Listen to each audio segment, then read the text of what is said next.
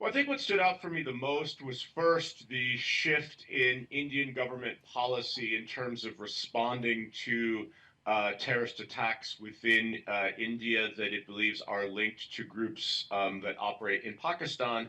The evidence that their ability to really precisely strike a range of targets, more or less precisely, I think was quite impressive. India was successful in striking a much wider range of targets and executing more successful missions than the Pakistan side was. I don't think there was really mediation in the sense of Trump's claims. I think though, we have to sort of take what he says with a grain of salt, but it wasn't the case that this was brought about by pressure or you know, mediation in the way Trump described. Operation Sindoor is the new baseline in terms of how India will respond in the future to terrorist attacks that are reasonably credibly linked to Pakistan or perhaps any of its neighbors. Appreciate you being on this broadcast. Given your expertise on the South Asian security, how would you characterize the current India-Pakistan crisis, and what aspects really stood out for you the most in this conflict? Well, I think what stood out for me the most was first the shift in Indian government policy in terms of responding to terrorist attacks within India that it believes are linked to groups that operate in Pakistan. And whereas in the past we saw governments feel the need to sort of seek to assemble a dossier or provide evidence of linkages that might start to approximate what you would look for in a court of law. So, beyond a reasonable doubt sort of thing. Now there's a move to a policy stance of saying that a failure to rein in groups, a failure to prevent groups from having safe haven in your territory is enough to bring about a military response when it comes to terrorist activities. And then once the Indian Air Force sort of operated according to standard military procedures and doctrines, the evidence that their ability to really precisely strike a range of targets, more or less precisely, I think was quite impressive. Right. Now, Dr. Ludwig, India has presented high resolution evidence to support their claims in this crisis, while Pakistan's evidence appears more limited as compared to India. How do you assess this asymmetry in evidence presentation, and what implications might this have for the international perception of this conflict between the two nations? Well, I think the evidentiary basis is probably linked to the amount of activity. I think India was successful in striking a much wider range of targets and executing more successful missions than the Pakistan side was, which sort of explains why there's so much more information, images, and so forth in the open domain that would appear to corroborate the majority of the Indians' claims versus Pakistanis. Now, in the initial days of this crisis, and even now as we speak, there seems to be a considerable international sympathy for Pakistan's position, despite the minimal evidence that has been provided by them. What factors might explain this initial narrative tilt, and how has it evolved as more information is coming out? Could you be more specific? Because I didn't really see a widespread tilt of sympathy towards Pakistan. At what period of time? For example, when J.D. Vance was in India, he talked about, terror and fighting terror, against countries who initiate terror. And then you had the gradual shift about the U.S. saying that, okay, it's none of our business. And then you say, talking about, India and Indian and the Pakistani prime ministers are great leaders, and, we've brokered peace and all of that. So, there was like this tilt in terms of the narrative. Do you have anything to say on that? Yeah, I don't. I mean, I think many Western governments, Russia, even China, in the immediate aftermath of the attacking Kashmir, all talked about the need to combat terrorism. The outpour, the statements of sympathy with India, I think were genuine. You didn't have Indian diplomats running around trying to get governments to say these things. And then, I think the U.S. position in particular was slightly different from the first Trump administration when in 2019 they very clearly gave a green light to New Delhi to sort of do what it needed to do after the Pulwama attack. You saw more a return to language of, we call for restraint on both sides, but, you also saw that from the Russians and from others. So I wouldn't necessarily see it as a tilt towards Pakistan or sympathy towards Pakistan. I think rather most countries kind of defaulting to their standard set of responses when there is a South Asia crisis. All right. Now, some observers have noted that certain international actors appeared quick to accept Pakistan's framing of events before substantial evidence was really available. What geopolitical dynamics might explain this pattern, and has it affected the international community's ability to mediate effectively? Could you be kind of specific about which narrative from Pakistan? Like the China equation with Pakistan, the UK and the US having a tilt towards Pakistan at this point? I guess I don't see any evidence of a tilt towards Pakistan, so I guess I'm not really clear on what your question is referring to. Now, the U.S. has claimed to be brokering peace in this crisis. India has rebutted these claims and said no mediation is on the table. What's your impression of what happened and what's President Trump's claim in this regard? Yeah, so my impression of what happened is that the U.S., among other countries, was in conversation with both sides. We know Vice President Vance spoke to Prime Minister Modi. We know Secretary of State, National Security Advisor Marco Rubio spoke to Dr. Jaishankar. I think similar conversations were probably had with the Pakistani Prime Minister, with the Pakistani Army Chief, to kind of open up lines of communication and then to get the DGMOs speaking to each other. I don't think there was really mediation in the sense of Trump's claims. I think though, we have to sort of take what he says with a grain of salt, lest we think that, Kashmir has been a disputed point between India and Pakistan for 1,000 years, which he also claimed. So I think the U.S. was in conversation. It was not the only country.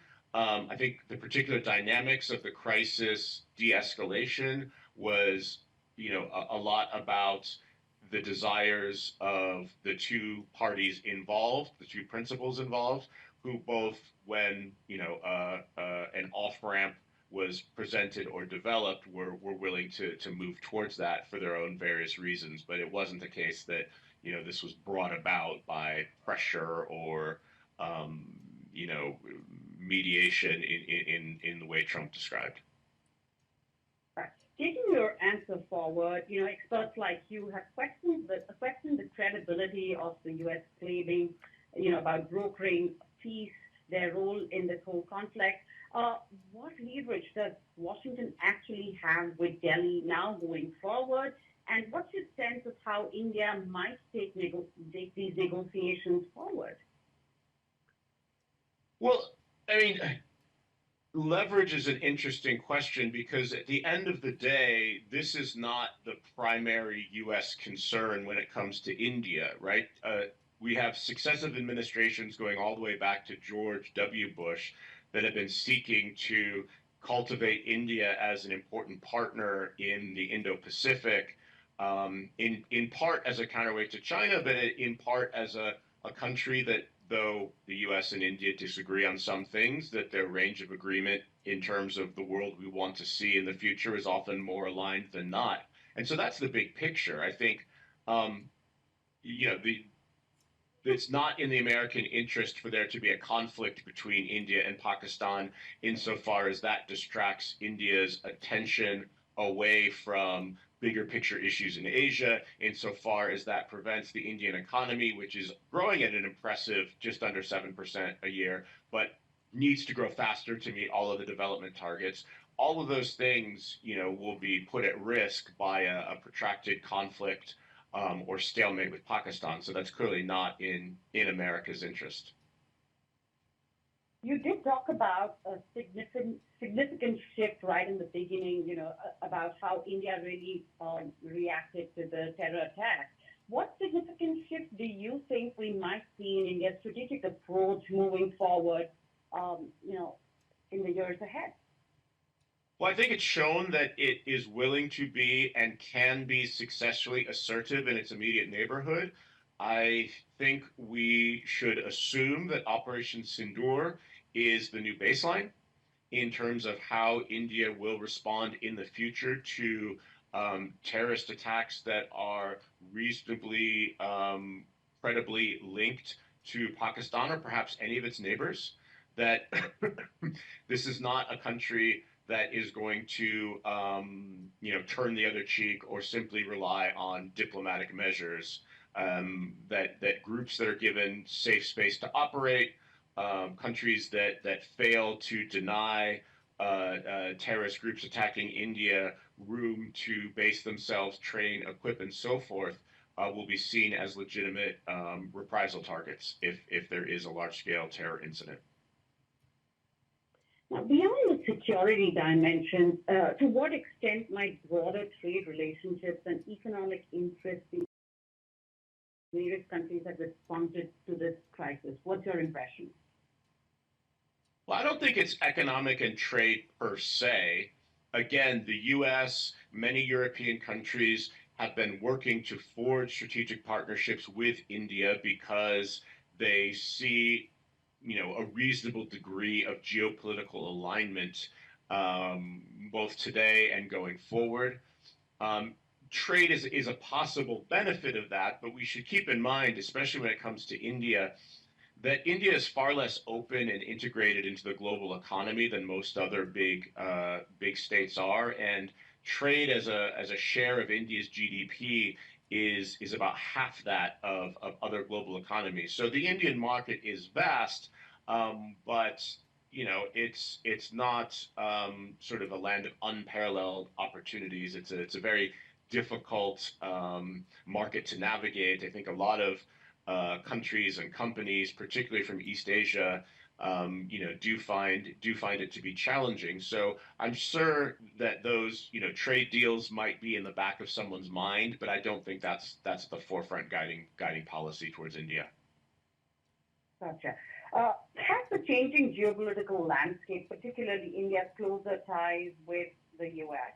and Pakistan's relationship with China, affected how, outside powers can influence the conflict resolution?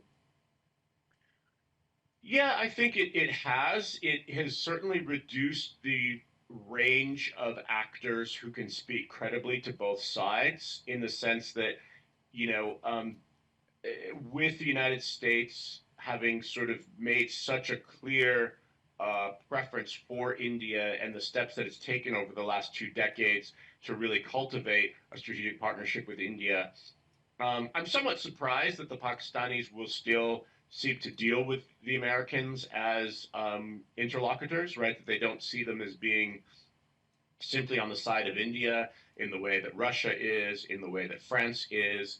And then, of course, you have the Chinese kind of clearly in Pakistan's corner as their principal military patron. So that really sort of leaves, if you think in terms of the permanent 5 members of the UN Security Council, the UK in some respects is the one country that has reasonably good relationship with the two. So it does raise some concerns. I mean, we've seen a new range of actors get involved in recent crises. So the Saudis and the Emiratis, to an extent, have been important voices and have been important communication channels. But it's a more diffuse, more multilateral type approach, right? There does not seem to be one single actor necessarily who can kind of really cajole the two sides to the table. Right. And lastly, how has domestic politics and public sentiment in both these countries played out? Do you see any similarities or differences between the two? Look, I think both governments have activated their populations and created some very, high expectations in terms of um, defending national honor, seeking retribution. I think, there was a significant gap, if I could say so, between Prime Minister Modi's rhetoric and the sort of very carefully, specifically calibrated uses of force carried out by the Indian military. I think in practice, quite careful, quite nuanced. I think in rhetorical terms, quite sweeping, quite strong. And similarly on the Pakistani side, right? There was a lot of very powerful rhetoric emanating from both civilian and military leaders, but the actual application of force, I think, was very carefully calibrated to avoid miscalculation, misunderstanding, unintended escalation, and so forth. And I think that's probably tough for leaders on both sides to manage, right? It might explain why the Indian military has been very untransparent in sort of explaining and discussing operations on day one, why they've refused to really engage with the facts surrounding aircraft losses and so forth, which is effectively, ceded ground for anyone with a social media account and a conspiracy theory about what may have happened. And it's quite unfortunate that they've let that narrative go.